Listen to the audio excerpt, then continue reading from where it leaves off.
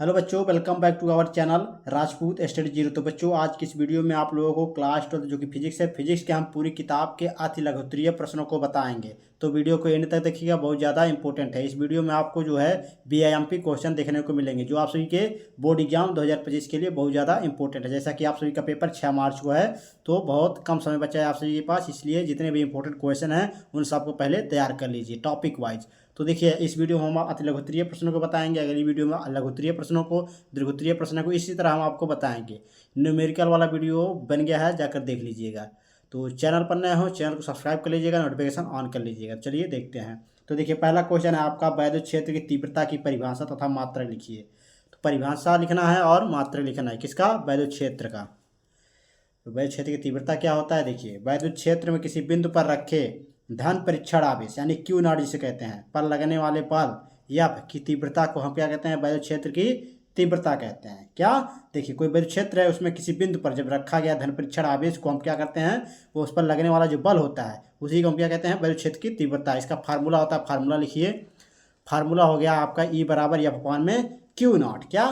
ई बराबर एफ अपान में Q not, ये होता है इसका फार्मूला। मात्रक क्या आएगा? मात्रक देखिए, मात्रक इस तरह निकालते हैं। जो एफ है यानी कि बल, बल का मात्रक क्या होता है? न्यूटन। और आपका क्यू, क्यू माने आवेश, यानी कि आवेश का मात्रक क्या होता है? कूलाम। तो न्यूटन प्रति कूलाम, इसका जो वैद्युत क्षेत्र की तीव्रता का मात्रक होगा वो न्यूटन प्रति कूलाम होगा। तो ये पहला क्वेश्चन था, तो इसको नोट्स कर लीजिए। दूसरा क्वेश्चन देखेंगे हम इसमें। दूसरा क्वेश्चन बहुत इंपॉर्टेंट है, गॉस की प्रमेय। क्या? गॉस की प्रमेय क्या आता है? गॉस की प्रमेय बहुत इंपॉर्टेंट है। देखिए, 2 नंबर में ये पूछता है जो है गॉस की प्रमेय। तो गॉस की प्रमेय क्या है? किसी बंद पृष्ठ से गुजरने वाला वैद्युत फ्लक्स उस पृष्ठ द्वारा परिबद्ध कुल वैद्युत आवेश का 1/ε0 गुना होता है। क्या? जो किसी बंद पृष्ठ, कोई बंद पृष्ठ है, उससे गुजरने वाला वैद्युत फ्लक्स उस पृष्ठ द्वारा परिबद्ध कुल वैद्युत आवेश का क्या होता है? 1/ε0 गुना होता है। क्या? जो वैद्युत आवेश है उसका 1/ε0 गुना होता है, यानी कि क्यू अपान में ε0। फाई ई बराबर क्यू अपान में ε0 इसका फार्मूला है गॉस प्रमेय की। तो इसको नोट्स कर लीजिए। दूसरा नंबर क्वेश्चन है, बहुत इंपॉर्टेंट है। चलिए अब देखते हैं तीसरा नंबर क्वेश्चन। तीसरा नंबर क्वेश्चन देखिए, बहुत ज़्यादा इंपॉर्टेंट है। क्वेश्चन है हमारा, वैद्युत विभव। क्या?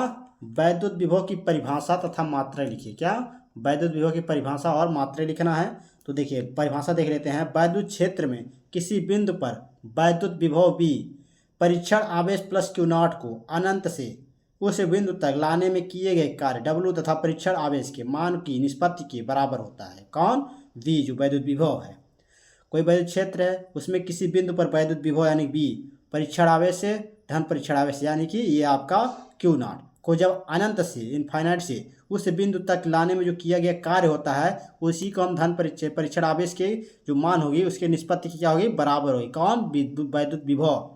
तो वैद्युत विभव का फार्मूला होता है V बराबर W अपान में क्यू नॉट। अब इसका मात्रक देखिए, W यानी कार्य का मात्रक जूल, क्यू आवेश, आवेश का मात्रक कूलाम, जूल प्रति कूलाम इसका मात्रक होगा, या फिर इसको एक और नाम से जानते हैं वोल्ट।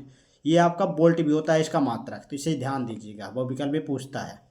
चलिए अब देखते हैं चौथा नंबर जो है क्वेश्चन, उसे देख लेते हैं। चौथा नंबर क्वेश्चन है आपका, समविभव। क्या? समविभव पृष्ठ से क्या तात्पर्य है? समविभव पृष्ठ क्या होता है? देखिए, किसी वैद्युत क्षेत्र में खींचा गया वह पृष्ठ जिस पर स्थित सभी बिंदुओं पर वैद्युत विभव बराबर हो, समविभव पृष्ठ कहलाता है। क्या? किसी वैद्युत क्षेत्र में खींचा गया वह पृष्ठ जिस पर वह स्थित सभी बिंदुओं पर वैद्युत विभव बराबर हो, समविभव पृष्ठ कहलाता है। तो ये समविभव पृष्ठ का आप जो है परिभाषा इसे नोट कर लीजिए, बहुत इंपॉर्टेंट क्वेश्चन है। चलिए पांचवा क्वेश्चन देखते हैं, बहुत इंपॉर्टेंट बीआईएमपी क्वेश्चन है। संधारित्र की धारिता, इसका परिभाषा बताना है आपको। देखिए उत्तर हो जाएगा, किसी संधारित्र की धारिता उसकी एक प्लेट को दिए गए आवेश तथा दोनों प्लेटों के बीच उत्पन्न विभवांतर के अनुपात के बराबर होती है। क्या? देखिए, कोई संधारित्र की धारिता है, उसकी एक प्लेट को दिए गए जो आवेश होगा, दोनों प्लेटों के बीच जो उत्पन्न होगा विभवांतर, उसी के अनुपात को हम यानी बटे क्यू अपान में V यानी विभवांतर के अनुपात के क्या होगा? बराबर होगा। कौन? संधारित्र की धारिता। C बराबर अपान में क्यू अपान में V, C बराबर क्यू अपान में V, इसका फार्मूला संधारित्र की धारिता का। पांचवा नंबर क्वेश्चन है, इसे नोट्स कर लीजिए। उसके बाद चलिए छठा नंबर क्वेश्चन देखेंगे, जो कि एक नंबर में ये पूछ सकता है। वैद्युत द्विध्रुव की अक्षीय रेखा पर वैद्युत विभव का सूत्र लिखना है, यानी अक्षीय स्थिति में जो है वैद्युत विभव का व्यंजक सूत्र होता है, उसी को बताना है। देखिए वैद्युत द्विध्रुव की अक्षीय रेखा पर वैद्युत विभव बराबर V बराबर होगा 1/4πε0 K P/r²। कभी काल ये K नहीं रहेगा, यानी प्रवैद्युतांक K जो है ये नहीं रहेगा, तब भी आपका यही होगा सही। तो होगा V बराबर 1/4πε0 P/r², इसका ये होगा। तो छठा नंबर क्वेश्चन वेरी इंपॉर्टेंट था। चलिए देखते हैं 7वां नंबर क्वेश्चन, बहुत इंपॉर्टेंट है 7वां नंबर क्वेश्चन। आवेश की गतिशीलता से क्या समझते हैं? क्या आवेश की गतिशीलता से आप क्या समझते हैं? देखिए उत्तर हो जाएगा, किसी आवेश वाहक के अनुगमन वेग यानी Vd तथा आरोपित वैद्युत क्षेत्र E के अनुपात को उस आवेश वाहक की गतिशीलता कहते हैं। कोई किसी भी आवेश वाहक के अनुगमन वेग यानी Vd जिसे हम कहते हैं अनुगमन वेग तथा आरोपित जो वैद्युत क्षेत्र E के अनुपात, इन दोनों के अनुपात को उस आवेश वाहक की गतिशीलता कहते हैं। यानी कि Vd और E के अनुपात यानी कि Vd/E यानी Vd/E के बराबर होगा जो आपका आवेश की गतिशीलता होगी। तो म्यू, इसको हम म्यू से प्रदर्शित करते हैं। किसे? आवेश की गतिशीलता को हम किससे प्रदर्शित करते हैं? म्यू से। क्या? म्यू से। इस तरह आता है U और यहाँ पर ये इस तरह निकला रहता है। तो म्यू बराबर हो जाएगा Vd/E, इसका फार्मूला हो जाएगा। 7वां नंबर क्वेश्चन था वेरी इंपॉर्टेंट। चलिए 8वां नंबर क्वेश्चन देखते हैं। 8वां नंबर क्वेश्चन देखिए बहुत इंपॉर्टेंट है, वेरी वेरी इंपॉर्टेंट क्वेश्चन है। इसमें है क्या कह रहा है, धारा मापी को वोल्ट मीटर में कैसे बदलते हैं? क्या जो धारा मापी है उसको वोल्ट मीटर में कैसे बदलते हैं? देखिए उत्तर हो जाएगा, धारा मापी के प्रतिरोध को बढ़ाकर धारा मापी को वोल्ट मीटर में बदला जाता है। क्या? जो धारा मापी है उसके प्रतिरोध को बढ़ाकर जब धारा मापी को हम वोल्ट मीटर में बदल सकते हैं। जो प्रतिरोध होगा उसे बढ़ा देंगे और धारा मापी को वोल्ट मीटर में बदल देंगे। तो ये आपका उत्तर हो जाएगा 8वां नंबर, जो कि क्वेश्चन है वेरी इंपॉर्टेंट। चलिए 9वां नंबर क्वेश्चन देखेंगे। 9वां नंबर आपका क्वेश्चन है, किन्हीं दो प्रतिचुंबकत्व पदार्थों के नाम लिखिए। क्या? किन्हीं दो प्रतिचुंबकत्व पदार्थों के नाम बताना है। एक आपका विस्मत हो गया और जो है एंटीमनी। क्या? ये दो आपके प्रतिचुंबकत्व पदार्थ हैं, इनको नोट्स कर लीजिए, बहुत इंपॉर्टेंट है। 1 नंबर पूछेगा या फिर आपके ऑब्जेक्टिव में। क्वेश्चन नंबर 10वां है, स्वप्रेरण से आप क्या समझते हैं? क्या? स्वप्रेरण से आप क्या समझते हैं? वेरी इंपॉर्टेंट है। उत्तर हो जाएगा, किसी कुंडली से संबद्ध है चुंबकीय फ्लक्स के मान में परिवर्तन होने पर उसी कुंडली में प्रेरित वैद्युत वाहक बल तथा प्रेरित धारा उत्पन्न होने की घटना को स्वप्रेरण कहते हैं। क्या? किसी कुंडली से संबद्ध कोई चुंबकीय फ्लक्स के मान है, उसमें परिवर्तन होने पर जब उसकी कुंडली में प्रेरित वैद्युत वाहक बल और प्रेरित धारा उत्पन्न हो जाती है तो उसकी जो घटना होती है उसी को हम क्या कहते हैं? स्वप्रेरण कहते हैं। 10वां नंबर क्वेश्चन वेरी इंपॉर्टेंट था।